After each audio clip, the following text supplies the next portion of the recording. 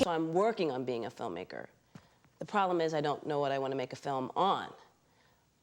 I know it has to be about black women because our stories have never been told. In these films, in some of the films, the black actresses aren't even listed in the credits, and I was just totally shocked by that.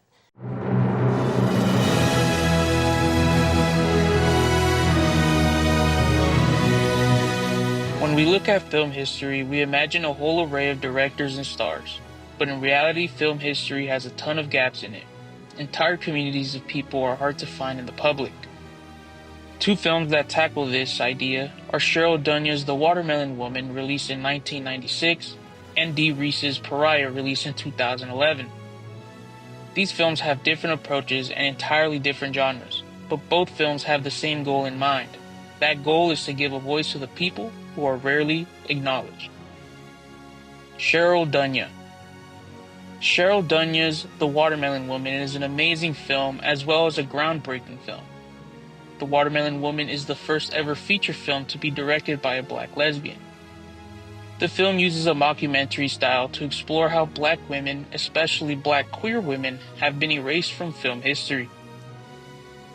In the film The Watermelon Woman, it follows Cheryl Dunye, a black lesbian woman who works at a video store, as she goes on a journey to uncover the history of an unknown woman who is known as the Watermelon Woman, aka Faye Richards. Faye Richards, the actress that Cheryl is searching for in the film, is not a real person. She's fictional, made specifically for this film. Though Faye Richards is fictional, the idea of her is not. There are people out there who are not archived, who you can't get the truth about. But Cheryl Dunye is about to create that truth. The Watermelon Woman tackles a ton of themes, including racial and queer identity, erasure, as well as the creation of one's own identity. In the film, Cheryl Dunye asks, who gets remembered, who gets erased, and who decides what counts as history?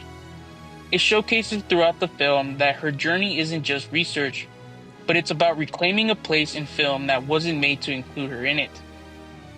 In creating Faye Richards for The Watermelon Woman, Cheryl Dunye showcases how black lesbians in film have always been there, even if the records and archives don't show it.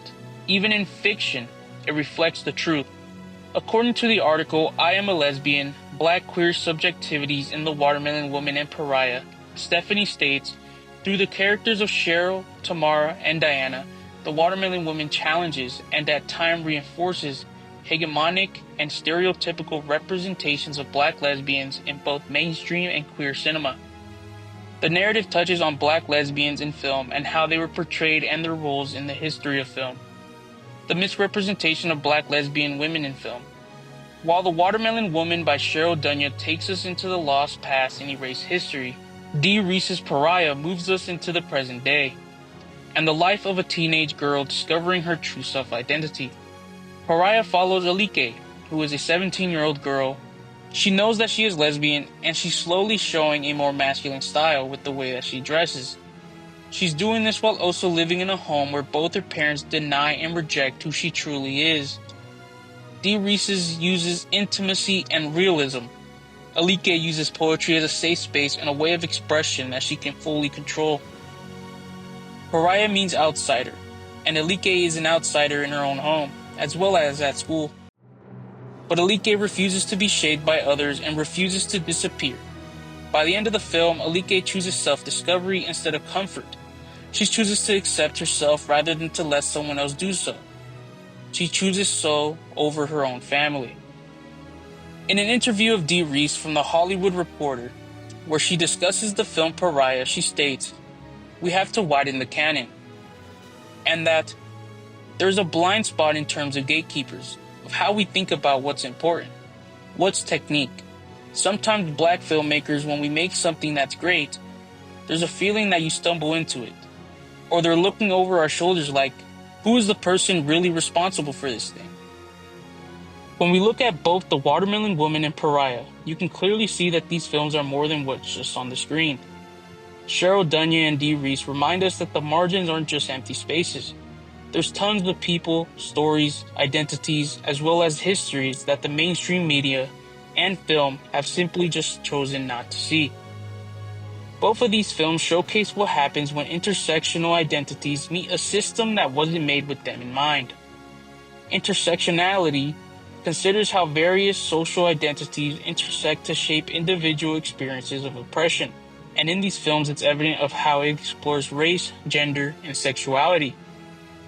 When Dee Reese was talking about widening the canon, she was talking about how often the canon overlooks films that don't fit a certain mold.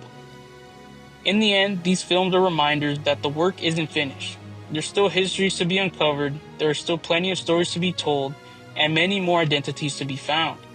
The Watermelon Woman and Pariah prove that when people at the intersection speak for themselves, history gets fuller and the gap gets smaller. Thank you.